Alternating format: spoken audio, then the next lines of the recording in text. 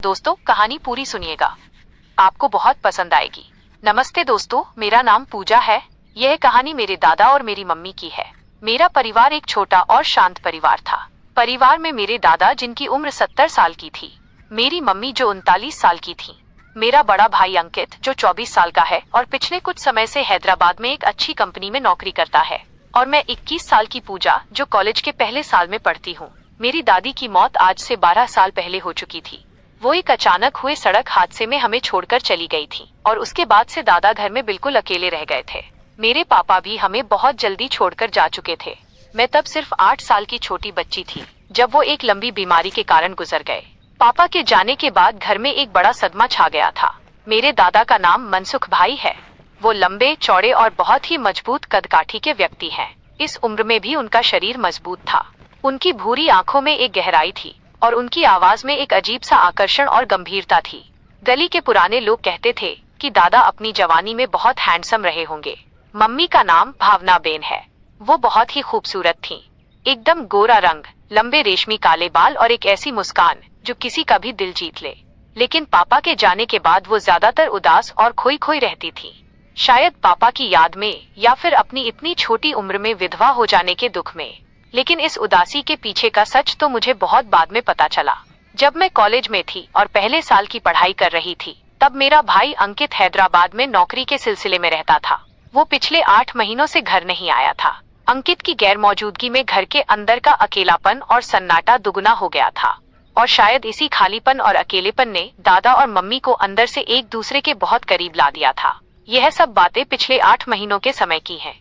मार्च का महीना चल रहा था और धीरे धीरे गर्मी की शुरुआत हो चुकी थी। मैं एक दिन कॉलेज से बहुत थककर घर वापस लौटी थी। उस दिन किस्मत से मेरी आखिरी क्लास कैंसिल हो गई थी और जल्दी खत्म हो गई थी, इसलिए मैंने सोचा कि घर जाकर शांति से आराम करूंगी। मैं घर पहुंची तो मैंने देखा कि घर का मुख्य दरवाजा आधा खुला था। ये नजारा मेरे लिए थोड़ा अजीब था क्योंकि मम्मी हमेशा दरवाजा अंदर से बंद रखने की आदी थी। मैंने बाहर ही अपने जूते चप्पल उतारे और बिना कोई आवाज किए चुपचाप अंदर चली गई। घर में एकदम घबरा देने वाला सन्नाटा था। मैंने मन में सोचा कि शायद मम्मी सब्जी लेने या बाजार के काम से गई होंगी और दादा अपने कमरे में आराम कर रहे होंगे। मैं अपने कमरे की तरफ आगे बढ़ रही थी, लेकिन तभी मुझे रसोई से कुछ हल्की आवाजें सुनाई दी। किसी के हल्के हल्के हंसने की आवाज और धीमी फुसफुसाहट। मैंने सोचा शायद आसपास से कोई पड़ोसी महिला आई होगी, लेकिन मम्मी को इतना खुश होकर हंसते हुए मैंने कई महीनों या सालों बाद सुना था, इसलिए मेरे मन में एक तीव्र उत्सुकता जागी। मैं एक एक कदम संभाल कर चुपके से रसोई की तरफ बढ़ी। दरवाजा थोड़ा खुला था और मैंने दरार में से अंदर झांक कर देखा। जो नजारा मैंने अपनी आंखों के सामने देखा वो मेरे लिए किसी बड़े झटके से कम नहीं था। मम्मी रसोई के प्लेटफॉर्म के पास खड़ी थीं। वो गर्म चाय बना रही थीं और उनके हाथ में चाय का कप था। उनके ठीक पीछे दादा एकदम सटकर खड़े थे। दादा के दोनों हाथ मम्मी की नाजुक कमर पर थे और वो धीरे धीरे मम्मी के कान के पास झुककर कुछ कह रहे थे। मम्मी शर्माकर हंस रही थीं। उनकी आंखों में एक अनोखी चमक और ताजगी थी जो मैंने पहले कभी नहीं देखी थी। दादा का चेहरा मम्मी के कंधे के पास था और वो धीरे से उनकी गर्दन के पास अपनी नाक ले गए। मम्मी ने हल्के से अपनी आंखें बंद कर ली, मानो वो उस एक एक पल को अपने अस्तित्व में महसूस कर रही हो। ये सब इतना अकल्पनीय और अजीब था कि मैं क्षण भर के लिए समझ ही नहीं पाई कि मेरी नजरों के सामने क्या हो रहा है। मेरा दिल छाती से बाहर निकल जाए इतनी तेजी से धड़क रहा था। मैं बिना कोई आवाज किए चुपचाप पीछे हट गई और दौड़कर अपने कमरे में चली गई। मैंने अंदर से दरवाजा बंद किया और बेड पर बैठ गई। मेरे दिमाग में सवालों का एक बड़ा तूफान उठ रहा था। क्या मैंने जो देखा वो सच था? मैंने खुद को समझाने की कोशिश की कि शायद मैं ही गलत समझ रही हूँ। शायद वे दोनों ससुर बहू के बीच सामान्य मजाक मस्ती ही कर रहे होंगे। लेकिन मेरे मन के गहरे कोने को इस बात पर भरोसा नहीं हो रहा था। मैंने लंबी सांसें लेकर खुद को शांत करने की कोशिश की। मैंने सोचा कि शायद ये कोई एक बार हुई घटना हो, लेकिन फिर भी मेरे मन में शक का एक बड़ा बीज बोया जा चुका था। उस दिन के बाद मैंने घर में दादा और मम्मी की हर छोटी बड़ी गतिविधि पर बारीक नजर रखनी शुरू कर दी। इसके बाद के कुछ दिनों तक मैंने ध्यान से निरीक्षण किया कि दिन के उजाले में सब कुछ एकदम सामान्य लगता था। मम्मी हर रोज की तरह सुबह जल्दी उठती, रसोई में नाश्ता बनाती, दादा को समय पर चाय देती। दादा सोफे पर बैठकर अपने अखबार में खोए रहते और मम्मी घर के रोज के कामकाज में लगी रहती। लेकिन इतना सब सामान्य होने के बावजूद कुछ तो गहराई में बदल चुका था।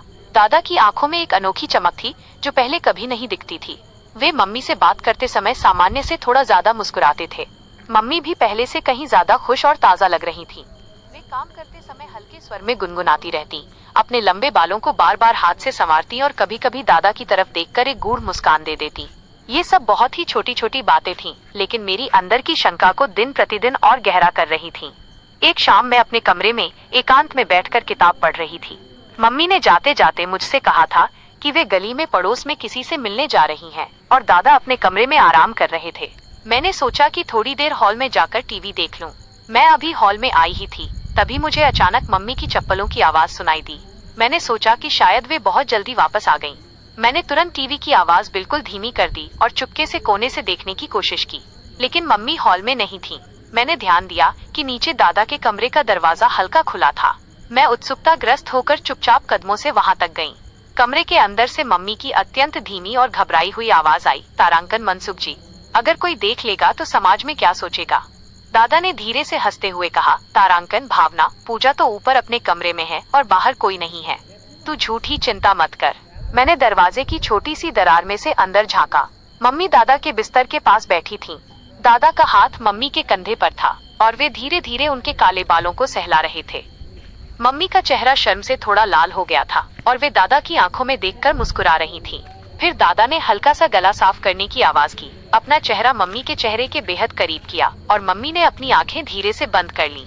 उनके बीच का वो क्षण कुछ ऐसा था जिसे मेरी उम्र और मेरे संस्कारों के लिए समझना अत्यंत कठिन था। मैं बिना कोई आवाज किए चुपचाप पीछे हट गई और अपने कमरे में आ गई।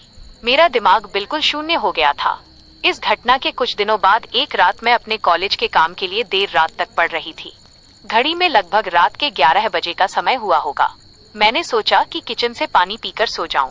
मैं अपने कमरे का दरवाजा खोलकर बाहर निकली और रसोई की तरफ बढ़ी। तभी मेरी नजर पड़ी कि दादा अपने कमरे से बाहर निकलकर चुपचाप सीढ़ियां चढ़कर ऊपर मम्मी के कमरे की तरफ जा रहे थे। वे बहुत ही सावधानी से चल रहे थे ताकि घर में किसी को पता न चले। मम्मी का कमरा पहली मंजिल पर था और दादा का कमरा नीचे। मैंने क्षण भर सोचा कि शायद उन्हें किसी दवा या पानी की जरूरत होगी, लेकिन फिर मैंने देखा कि मम्मी के कमरे का दरवाजा हल्का सा खुला और दादा अंदर चले गए। दरवाजा अंदर से बंद हो गया। मैं वहीं सीढ़ियों के अंधेरे में स्तब्ध होकर खड़ी रह गई। मेरा दिल फिर से बहुत तेज धड़कने लगा। मैंने मन पक्का करके हिम्मत की और चुपके से कदमों से मम्मी के कमरे के बेहद पास गई। दरवाजे के नीचे की दरार से अंदर की हल्की रोशनी बाहर आ रही थी। मैंने अपने कान दरवाजे की लकड़ी से सटा दिए। अंदर से हल्की हल्की प्रेम भरी बातें सुनाई दे रही थीं। मम्मी की कांपती हुई आवाज आई, मनसुख जी, अगर पूजा को ये सब पता चल गया तो हमारा क्या होगा। और दादा की धीमी ढांढस बंधाती आवाज, तारांकन भावना, वो तो गहरी नींद में सो रही है, उसे कुछ भी नहीं पता, तू निश्चिंत रह। फिर कुछ मिनटों के लिए कमरे में पूरा सन्नाटा छा गया और फिर कुछ ऐसी आवाजें आईं जिन्हें मेरे लिए समझना जरा भी कठिन नहीं था। पलंग की हल्की चरचराहट, टेबल पर से किसी छोटी चीज के नीचे गिरने की आवाज और फिर मम्मी की गहरी और धीमी सांसें। ऐसा स्पष्ट लग रहा था कि वे दोनों एक दूसरे के बेहद करीब थे। मैं वहां से थर-थर कांपती हालत में भागकर अपने कमरे में आ गई। मैंने धड़ाम से दरवाजा बंद किया और बेड पर गिर पड़ी। मेरी सांसें बहुत तेज चल रही थीं और मेरा पूरा शरीर कांप रहा था। ये आखिर क्या हो रहा था मेरे ही घर में? मेरी आंखों के सामने वही सब दृश्य लगातार घूम रहे थे। रसोई में चाय बनाते समय का वो प्रसंग, हॉल में उनकी निकटता और अब ये देर रात का शांत सन्नाटा। उस पूरी रात मैं एक क्षण के लिए भी सो नहीं सकी। मेरे मन में एक तरफ दादा और मम्मी के प्रति तीव्र गुस्सा था, समाज की शर्म थी, लेकिन साथ ही अंदर से एक अजीब आकर्षण और खिंचाव भी महसूस हो रहा था। मैं खुद समझ नहीं पा रही थी कि मेरी अपनी भावनाओं के साथ क्या हो रहा है। दूसरे दिन मैं कॉलेज गई, लेकिन क्लास में मेरा ध्यान बिल्कुल नहीं था। मेरा चेहरा देखकर मेरे दोस्तों ने बार बार पूछा कि मैं इतनी चिंतित और उदास क्यों हूँ, लेकिन मैंने किसी को कुछ नहीं बताया। मैं पूरा दिन बस यही सोच रही थी कि अब मुझे क्या करना चाहिए। क्या मुझे सीधे जाकर मम्मी से पूछना चाहिए या फिर दादा के सामने ये बात रखनी चाहिए? लेकिन मेरे अंदर इतनी हिम्मत ही नहीं थी। और फिर एक अजीब मानसिक बदलाव मेरे अंदर होने लगा। मैं जब भी उस देर रात के प्रसंग को याद करती, मेरा पूरा शरीर एक अजीब गर्मी और रोमांच से भर जाता। मेरे मन में कुछ अलग ही विचार आने लगे।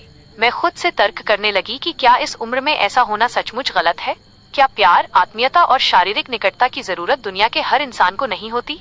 और फिर एक खतरनाक विचार मेरे दिमाग में घर कर गया, क्या मुझे भी इस अकेलेपन में किसी के प्यार और साथ की जरूरत है?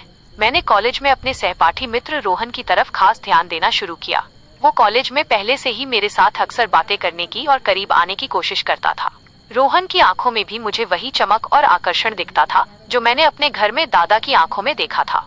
वो मेरे साथ हंसता, मजाक मस्ती करता और कभी कभी बहाने से मेरे बहुत करीब आने की कोशिश करता। पहले मैं उसे हमेशा एक सीमा में रखकर दूर रखती थी, लेकिन अब घर में बदले हुए माहौल के कारण मैं उसे रोक न सकी। गला साफ करने की आवाज।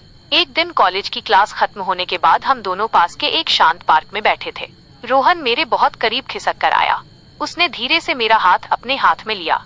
उसकी उंगलियां मेरी हथेली पर हल्के हल्के फिर रही थीं और उसके स्पर्श से मेरे पूरे शरीर में एक अजीब सिहरन और रोमांच उत्पन्न हुआ। उसने धीरे से मेरे कान के पास झुककर कहा, पूजा, तुम सचमुच बहुत सुंदर हो। मैंने उसके जवाब में कुछ नहीं कहा, बस उसकी आंखों में एकटक देखती रही। और फिर मैंने खुद को रोके बिना उसके और करीब जाने दिया।